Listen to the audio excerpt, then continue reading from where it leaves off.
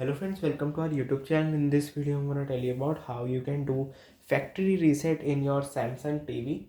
Before watching this video, if you have not subscribed to our YouTube channel, then subscribe to it and like our video.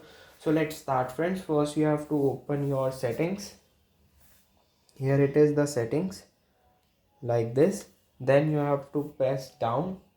Here it is, general settings. Then you have to come to the this. Here it is, reset all settings. Here it is written, all settings will return to factory default. You have to tap on it, and this function is not available right now. I have disabled it. You have to press it, the reset, and it will be reset now. I hope you like this video. If you like this video, then subscribe to our YouTube channel for more helpful tips and tricks videos. See you next time.